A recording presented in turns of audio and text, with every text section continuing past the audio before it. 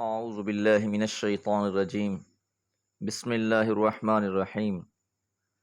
قل كونوا حجارة أو حديدا أو خلقا مما يكبر في صدوركم فسيقولون من يعيدنا قل الذي فطركم أول مرة فسينغضون إليك رؤوسهم ويقولون متى هو قل عسى أن يكون قريبا یوم یدعوکم فتستجیبون بحمدہ وتظنون ان لبثتم الا قلیلا۔ سورہ بنی اسرائیل آیات 50 سے 52۔ آیت نمبر 49 میں ہم نے یہ بات جانی تھی کہ یہ کہتے ہیں کہ جب ہم ہڈیاں اور ریزہ ریزہ ہو جائیں گے تو ہم کو از سر نو کون اٹھائے گا؟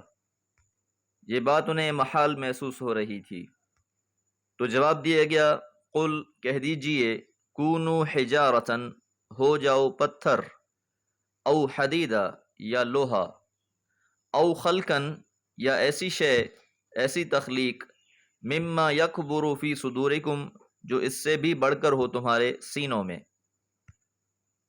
کہ جو لوگ اس بات پر تعجب کر رہے ہیں کہ وہ ہڈیاں اور ریزے ہو کر رہ جائیں گے تو انہیں کون تخلیق کرے گا، کیسے تخلیق کرے گا؟ تو انہیں بتایا جا رہا ہے کہ اگر تم پتھر یا لوہا بن جاؤ یا اس سے بھی کوئی سخت چیز بن جاؤ جو تمہارے خیال میں ہو سکتی ہو، جس چیز میں بالکل صلاحیت نہ ہو کہ اسے دوبارہ سے کوئی چیز بنایا جا سکتا ہو، اللہ تعالیٰ پھر بھی تمہیں دوبارہ تخلیق کرنے پر قادر ہے۔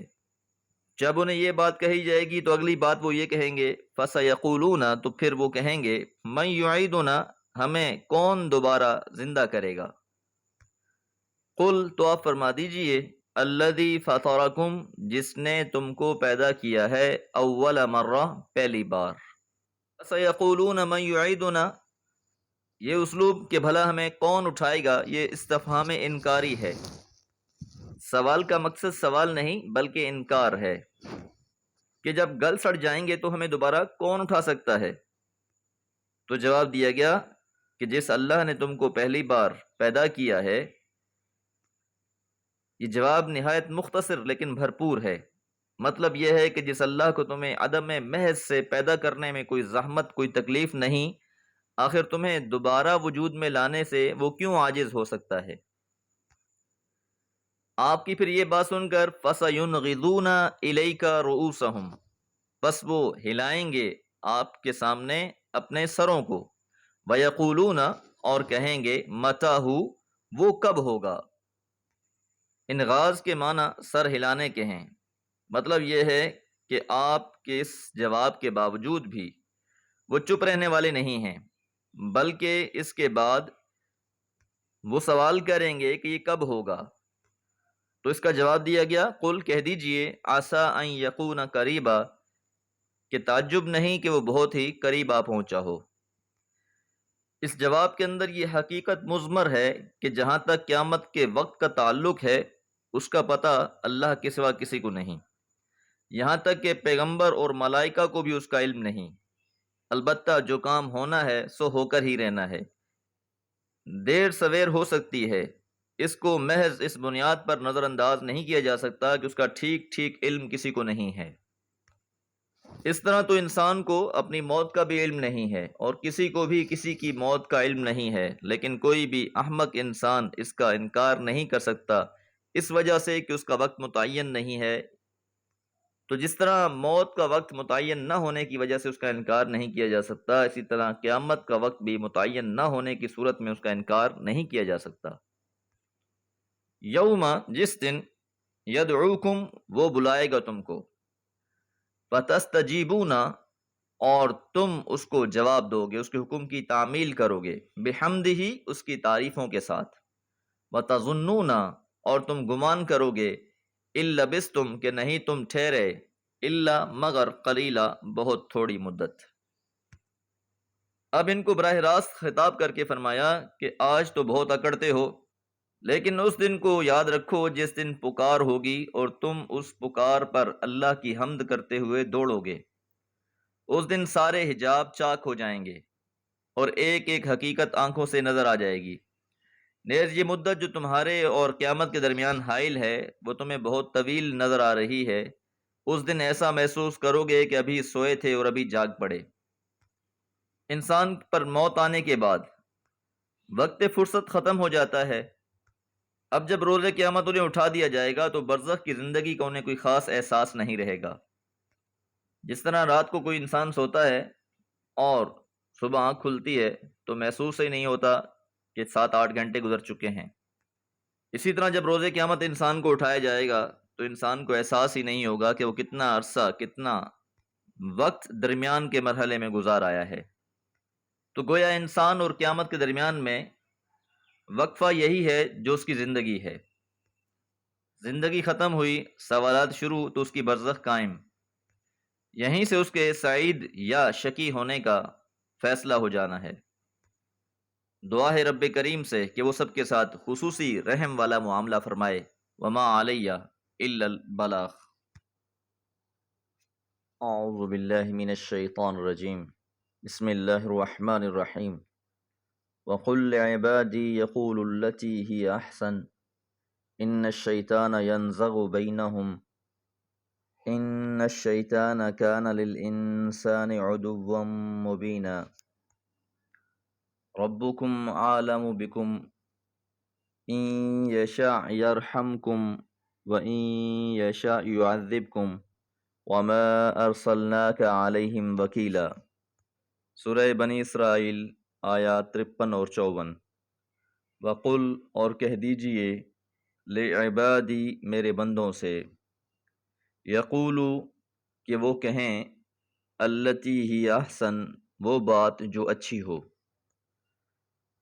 سابقہ آیات سے یہ بات واضح ہو گئی تھی کہ اس دور کے مخالفین نے ہر طرح کی مخالفت شروع کر دی تھی۔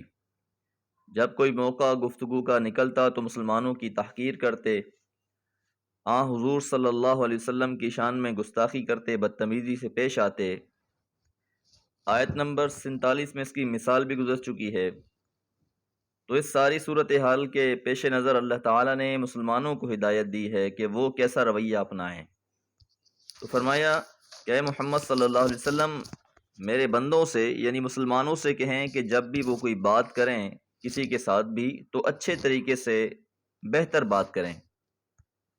ایسا نہ ہو کہ کفار کے رویے کو دیکھ کر وہ بھی کوئی ویسی ہی بات کر بیٹھیں اور وہ بات پھر دعوت کے مزاج کے منافی ہو۔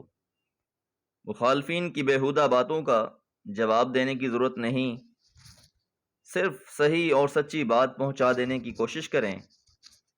ان الشیطان یقیناً شیطان ینزغ وسوسہ اندازی کرتا ہے بینہم ان کے درمیان میں۔ مخالف جب بھی کوئی غلط بات کرتا ہے تو یہاں شیطان کی ایک عام روش بیان کی گئی ہے کہ شیطان اس کو اکسانا شروع کر دیتا ہے اور سننے والے کو بھی ویسا ہی جواب دینے پر اکساتا ہے، اور اس طریقے سے جو بات بننے والی ہوتی ہے اس کو بھی خراب کر دیتا ہے۔ اسی طرح کی نصیحت سورہ نحل میں بھی اللہ تعالیٰ نے فرمائی تھی، ادعو الی سبیل ربک بالحکمت والموعظۃ الحسنہ وجادلہم باللتی ہی احسن ان ربک هو عالم بمن ضل عن سبیلہ وهو عالم بالمہتدین۔ اور اسی طرح کا موضوع سورہ اعراف کی آیت نمبر 198 سے 201 کے درمیان بھی بیان کیا گیا ہے۔ ان الشیطان یقیناً شیطان کان للانسان انسان کے لیے عدوا مبینہ کھلا دشمن ہے۔ شیطان کوئی بھی موقع جانے نہیں دیتا، کیفیت کو جانچتا ہے اور اسی کے مطابق وسوسہ بھی انسان کے دل میں ڈالتا ہے۔ لوگوں کے دلوں میں نفرتیں پیدا کرنا، آپس میں غلط فہمیاں پیدا کرنا، تعلقات کو خراب کرنا اور معاملے کو لڑائی تک پہنچا دینا، یہ اس کا بڑا اہم وظیفہ رہا ہے۔ شیطان نے تو جب سجدے سے انکار کیا تھا اس وقت ہی اس نے کہہ دیا تھا کہ میں ان کے سامنے سے آؤں گا، ان کے پیچھے سے آؤں گا، ان کے دائیں سے آؤں گا، ان کے بائیں سے آؤں گا، ان کے اوپر سے، ان کے نیچے سے، غرض ہر طرف سے ان کو بہکانے کی کوشش کروں گا۔ تو اس لیے بیان فرمایا کہ عدو مبینہ وہ تو بڑا کھلا دشمن ہے۔ ربکم اعلم بکم، اور تمہارا رب تم کو خوب جانتا ہے۔ انسانی فطرت اور اس کی جبلت سے بھلا خالق سے بڑھ کر کون بہتر جانتا ہوگا؟ لہذا وہ حسب ضرورت احکام نازل فرماتا ہے اور حسب موقع بات سمجھاتا ہے۔ ان یشا، اگر وہ چاہے گا، یرحمکم، تم پر رحم کرے گا، وَإِن یشا، اور اگر چاہے گا، یعذبکم، تمہیں عذاب دے گا۔ مکمل اختیارات اسی اللہ تعالیٰ کے ہیں، اسی کی منشا و مرضی ہے۔ کسی بات پر انسان کو پکڑ لے تو بھی وہ خالق ہے، اور معاف کر دے تو وہ بڑا غفور الرحیم ہے۔ وما ارسلناک، اور ہم نے نہیں بھیجا آپ کو، علیہم، ان پر، وکیلا، نگران بنا کر، مسئول بنا کر۔ اس بات کو مختلف انداز سے مختلف جگہوں پر دہرایا گیا ہے کہ پیغمبر علیہ الصلوۃ والسلام، آپ کی ذمہ داری تو ان تک صرف بات کو پہنچا دینا ہے، اس وحی الہی کو ان تک پہنچانا مقصود ہے۔ باقی یہ لوگ اسے تسلیم کرتے ہیں نہیں کرتے، یہ آپ کی ذمہ داری میں سے نہیں ہے۔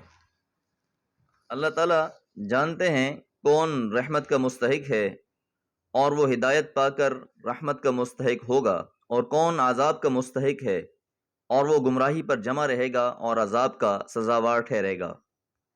پیغمبر اور ان کے ساتھیوں کی ذمہ داری صرف دعوت کو پہنچا دینے کی ہے، ان پر یہ لازم نہیں ہے کہ وہ سب کو مومن بنا دیں۔ خطبہ حجۃ الوداع کے موقع پہ حضور علیہ الصلوۃ والسلام نے فرمایا تھا، حل بلغت، کیا میں نے تم تک پہنچا دیا ہے؟